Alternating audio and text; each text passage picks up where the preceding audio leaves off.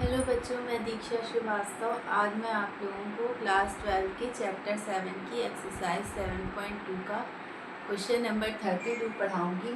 Question number 32 है 1/1 plus cot x. ठीक है, तो टेंथ में आप लोगों ने ट्रिग्नोमेट्री पढ़ा होगा। तो ट्रिग्नोमेट्री में जब हम लोग इस तरह का कोई सवाल दिया रहता था तो उसको पहले क्या करते थे, उसको पहले सिंपलेस्ट फॉर्म में चेंज करते हैं। तो इस क्वेश्चन को क्या करेंगे, पहले सिंपलेस्ट फॉर्म में चेंज करेंगे। कैसे चेंज करेंगे? कॉट एक्स को हम लोग क्या लिख सकते हैं? कॉट एक्स को हम लोग लिख सकते हैं cos x minus sine x. ठीक है, कॉट एक्स को हम लोग क्या लिख सकते हैं? Cos x minus sine x. तो यहाँ पे लिखते हैं, यहाँ पे हो जाएगा 1/1 plus cos x upon sine x.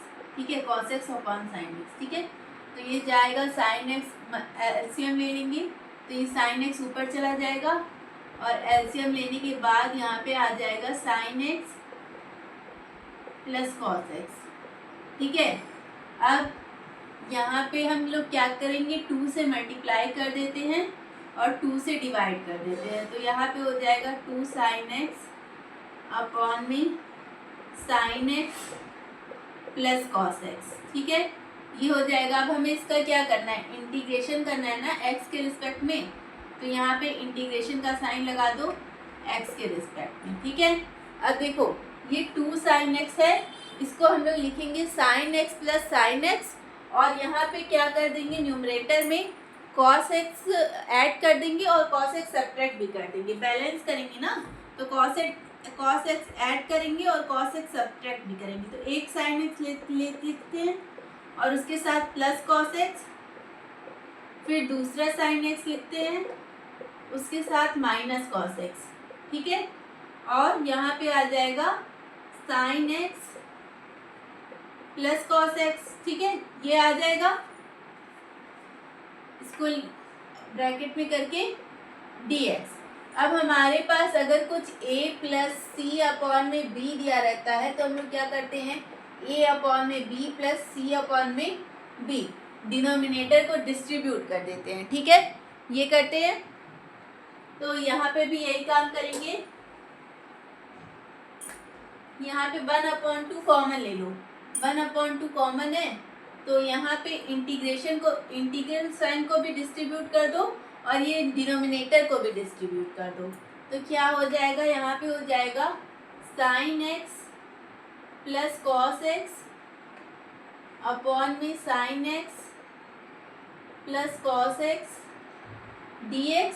ठीक है, और यहाँ पे हो जाएगा plus integration sine x minus cos x upon में sine x plus cos x dx। ठीक है, ये हो जाएगा और 1/2 हम लोग कॉमन ले लिए हैं। अब sign x plus cos x, sign x plus cos x cut जाएगा तो यहाँ पे क्या आ जाएगा 1/2, यहाँ पे इंटीग्रेशन और dx आ जाएगा, प्लस यहाँ पे sign x minus cos x है और sign x plus cos x है। तो इसको अभी इसी तरह लिख लेते हैं,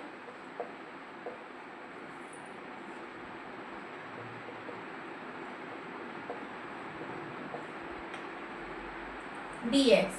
ठीक है, अब इसको हम लोग इंटीग्रेशन अपना I1 मान लेते हैं, इंटीग्रल I1, और इसको I2 मान लेते हैं। ठीक है, ये वाला I1 हो गया और ये वाला I2 हो गया। तो पहले I1 को सॉल्व करते हैं, 1/2 कॉमन है, इसको हम लोग बाद में लिख लेंगे। ठीक है, तो पहले हम लोग इसको सॉल्व करते हैं। ये क्या है, इंटीग्रेशन ऑफ dx।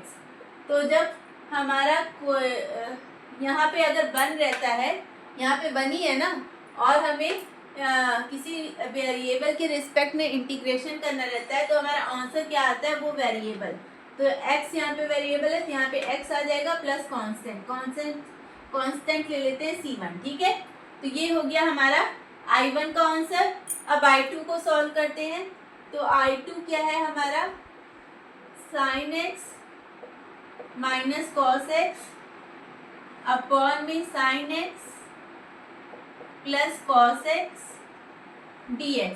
अब इसमें इसको सब्स्टिट्यूशन मेथड से सॉल्व करेंगे। तो सब्स्टिट्यूशन मेथड से सॉल्व करने के लिए किसको t माने, अगर हम लोग इसको t मानते हैं, चलो लेट कर लेते हैं, sine x plus cos x is equal to t. तो अब इसको डिफ्रेंशिएट करेंगे तो साइन एक्स का कॉस एक्स आ जाएगा और कॉस एक्स का माइनस साइन एक्स और इसका d t by d x, तो डी एक्स को इधर भेज देंगे तो d x is equal to d t. यहाँ पे क्या है, sine x minus cos x है और यहाँ पे क्या आया, cos x minus sine x. बस साइन का अंतर है ना, तो वो माइनस कॉमन ले लेंगे, यहाँ से माइनस कॉमन ले लेंगे तो यहाँ पे क्या आ जाएगा, sine x minus cos x, ये आ जाएगा d x is equal to d T.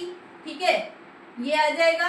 अब इस माइनस साइन को इधर भेज दो तो आ गया ना, sine x minus cos x d x is equal to minus d t. तो इसकी value sine x minus cos x d x की वैल्यू क्या आ जाएगी, डी टी। ठीक है, यहाँ पे लिखते हैं, इसको आप लोग नोट कर लीजिए। ठीक है, तो यहाँ पे क्या हो जाएगा,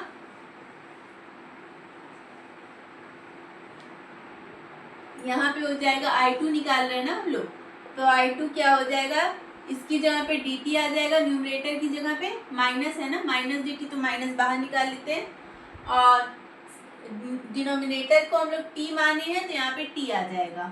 अब 1/t का इंटीग्रेशन क्या होता है, log mod t, तो यहाँ पे हो जाएगा minus log mod t plus constant, तो C2 मान लेते हैं कांस्टेंट।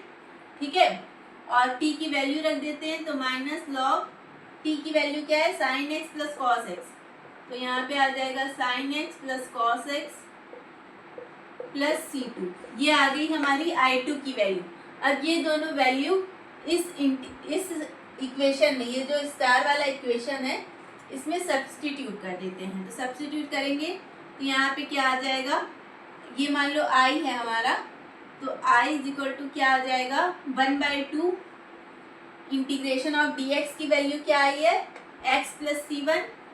ठीक है, और इंटीग्रेशन ऑफ इसकी वैल्यू क्या आई है, I2 की वैल्यू क्या आई है, माइनस है ना, तो यहाँ पे तो प्लस था लेकिन यहाँ पे माइनस में आया तो माइनस लगा देंगे, minus log sign x plus cos x plus C2। ठीक है, अब 1/2 का अंदर मल्टीप्लाई कर देते हैं, तो 1/2 का अंदर मल्टीप्लाई करेंगे तो क्या आएगा, x/2 plus C1/2 minus 1/2 log sign x plus cos x plus C2/2। अब देखो C1/2 भी कांस्टेंट है, C1/2 भी कांस्टेंट है और C2/2 भी कांस्टेंट है, तो दोनों को हम लोग एक कांस्टेंट के रूप में लिख सकते हैं। मान लो इन दोनों के मिला के एक कांस्टेंट आया, वो क्या आ गया, C। तो हमारा आंसर क्या आ जाएगा, x/2 minus 1/2 log sign x plus cos x plus C। इन दोनों को मिला के हमने C लिख दिया। ठीक है, तो ये हमारा आंसर हो जाएगा, इसको आप लोग नोट कर लीजिए।